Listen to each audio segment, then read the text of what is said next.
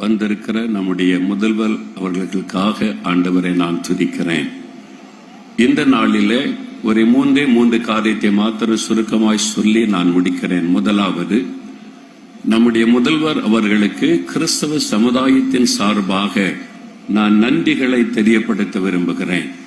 அநேக நன்மைகளை நம்முடைய கிறிஸ்தவ மக்களுக்கு அவர்கள் செய்திருக்கிறார்கள். சில மாதங்களுக்கு முன்பாக சென்னையிலே சில கிறிஸ்தவ சபை தலைவர்கள் இணைந்து நம்முடைய சபையில் காணப்படுகிற சில காரியங்களுக்கு தீர்வு வேண்டும் என்று முதல்வரை சந்திக்க அழைக்கப்பட்ட போது என்னையும் அழைத்திருந்தார்கள். அவர்களோடு போய் பேசின பொழுது ஒவ்வொரு காரியத்தையும் ரொம்ப கவனமாய் கேட்டு நம்முடைய திருச்சபை தமிழ்நாடு முழுவதிலும் இருக்கிற எல்லா திருச்சபைகள் சார்பாக ஒவ்வொரு காரியத்தை கவனமாய் கேட்டு அதிகாரிகளோடு பேசி அது என்ன செய்தால் சரியாகும் என்பதையும் விவரமாய் கேட்டு அதை செய்து தருவோம் என்று வாக்கு கொடுத்தது மாத்திரம் அல்ல, இந்த கொஞ்ச நாட்களுக்குள்ளேயே நிறைய காரியத்தை நமக்கு செய்து கொண்டே இருக்கிறார்கள். இது இல்லாதபடி இன்னும் நிறைய காரியங்கள் பல சொன்னதை கேட்டோம். ஆகவே ஒட்டுமொத்த தமிழ்நாட்டில் இருக்கிற கிறிஸ்தவ மக்களுடைய சார்பாக நம்முடைய முதல்வர் அவர்களுக்கு நான் நன்றியை தெரிவித்துக் கொள்கிறேன். இரண்டாவது, அவர்களுக்கு கிறிஸ்துமஸ் வாழ்த்துக்களை எல்லாருடைய சார்பாக நம் அத்தனை கிறிஸ்தவருடைய சார்பாக வாழ்த்துக்களை நான் சொல்லிக் கொள்கிறேன். அந்த வாழ்த்து சொல்லும் பொழுது அவர்களுக்கென்று ஆண்டவர் கொடுத்த ஒரு வார்த்தையை நான் சொல்லி வாழ்த்த விரும்புகிறேன். லூக்கா 2:10-11 தான் இயேசு இந்த உலகத்தில் அவதரித்தவுடன் முதலாவது உலகத்துக்கு கொடுக்கப்பட்ட செய்தி எழுதப்பட்டிருக்கிறது. பயப்படாதிருங்கள், பயப்படாதிருங்கள். அதுதான் உலக மக்களுக்கு கொடுக்கப்பட்ட முதலாவது கிறிஸ்துமஸ் செய்தி.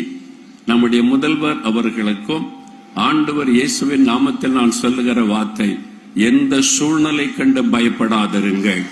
எப்படிப்பட்ட நெருக்கங்கள் வந்தாலும் பயப்படாதிருங்கள், எப்படிப்பட்ட எதிர்ப்புகள் வந்தாலும் பயப்படாதிருங்கள். பயப்படாதபடிக்கு நீங்கள் தொடர்ந்து முன்னேறி செல்லவும் தமிழ்நாட்டு மக்களுக்கு நன்மை செய்யவும் ஆண்டவர் இயேசு உங்களுக்கு துணை நிற்கும்படி நாங்கள் உங்களுக்காக பிரார்த்தனை செய்கிறோம். உங்களுடைய பேராய அவர்கள் அறிவித்தபடி இது மாதிரி ஒரு கூட்டத்தில் மாத்திரமல்ல, அனிதனமும் லட்சக்கணக்கான கிறிஸ்தவர்கள் எங்களுடைய முதல்வருக்காக நாங்கள் ஜெபித்துக் கொண்டிருக்கிறோம். அவர்களுடைய சுக பலனுக்காக, நீடிய ஆயுளுக்காக, அவர்கள் தமிழ்நாட்டு மக்களுக்கு என்று எடுக்கிற எல்லா நன்மையான காரியங்களை வாய்க்க பண்ணுவதற்காக, ஒவ்வொரு நல்ல காரியத்தை தமிழ்நாட்டிலே கொண்டு வருவதற்கு அவர்கள் படுகிற போராட்டங்கள் நமக்கு தெரியும். அத்தனை காரியத்திலும் ஆண்டவர் துணை நின்று ஜெயம் கொடுக்க உங்கள் மூலமாய் தொடர்ந்து தமிழ்நாடு சிறந்து விளங்க ஆண்டவருடைய கரம் உங்களோடு இந்த வழி நடத்த பிரார்த்திக்கிறோம்.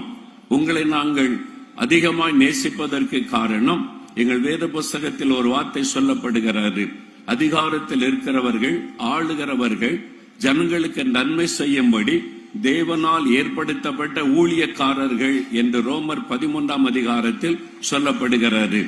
நாங்கள் எங்களை சொந்த ஒரு ஊழியக்காரர்களாக, தேவனுடைய ஊழியக்காரராக உங்களை நாங்கள் நேசித்து உங்களுக்காக நாங்கள் ஜெபிக்கிறோம்.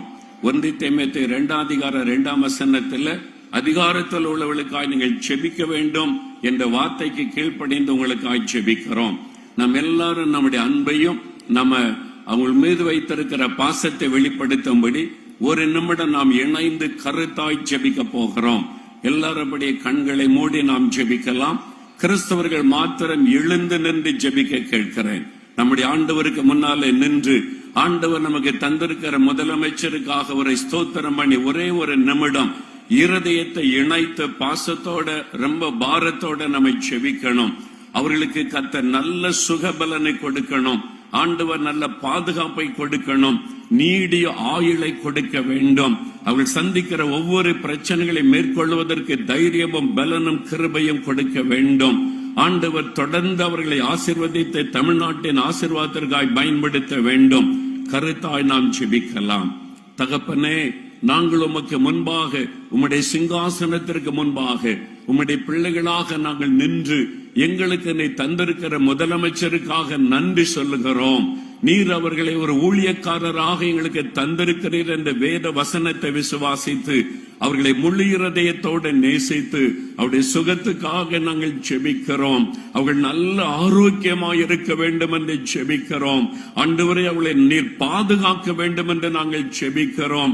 எல்லா தீமைக்கும் பொல்லாத மனிதர்களுக்கும் பொறாமை கொண்ட மனிதர்களுக்கும் நீர் அவளை விலக்கி பாதுகாத்து நடத்த வேண்டும் என்று நாங்கள் ஜெபிக்கிறோம்.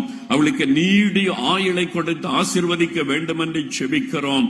எங்கள் தமிழ்நாட்டு மக்களுக்காக அவள் படுகிற பிரயாசங்கள், எடுக்கிற முயற்சிகள், அதற்காக போராடுகிற போராட்டங்கள் எல்லாவற்றிலும் நீர் அவளுக்கு ஜெயம் கொடுக்க வேண்டும் என்று நாங்கள் ஜெபிக்கிறோம். ஆண்டவரை, பயப்படாதிருங்கள் என்று சொன்னபடி ஒரு நிமிஷம் கூட அவருடைய உள்ளத்தில் எதை குறித்த பயம் வரவே கூடாது என்று நாங்கள் ஜெபிக்கிறோம். ஆண்டவர் அவளை தைரியப்படுத்தி பலப்படுத்தி சகல காரியத்தையும் தைரியத்தோடு மேற்கொண்டு முன்னேறி செல்ல கிருபை கொடுத்து வழிநடத்த வேண்டும் என்று ஜெபிக்கிறோம். நாங்கள் அத்தனை தெய்வ பிள்ளைகளும் ஊழியர்களும் ஒன்றிணைந்து இயேசு கிறிஸ்துவின் நாமத்தில் எங்களுடைய முதலமைச்சரை ஆசீர்வதித்து நாங்கள் ஜெபிக்கிறோம். இயேசுவின் நாமத்தில் ஜெபிக்கிறோம் பிதாவே. ஆமென், ஆமென். உட்காருவோம். நன்றி ஐயா. சமத்துவத்தை பேணும் இன்றைய நிகழ்வில் அடுத்ததாக வாழ்த்துரை வழங்குவதற்காக திருநெல்வேலி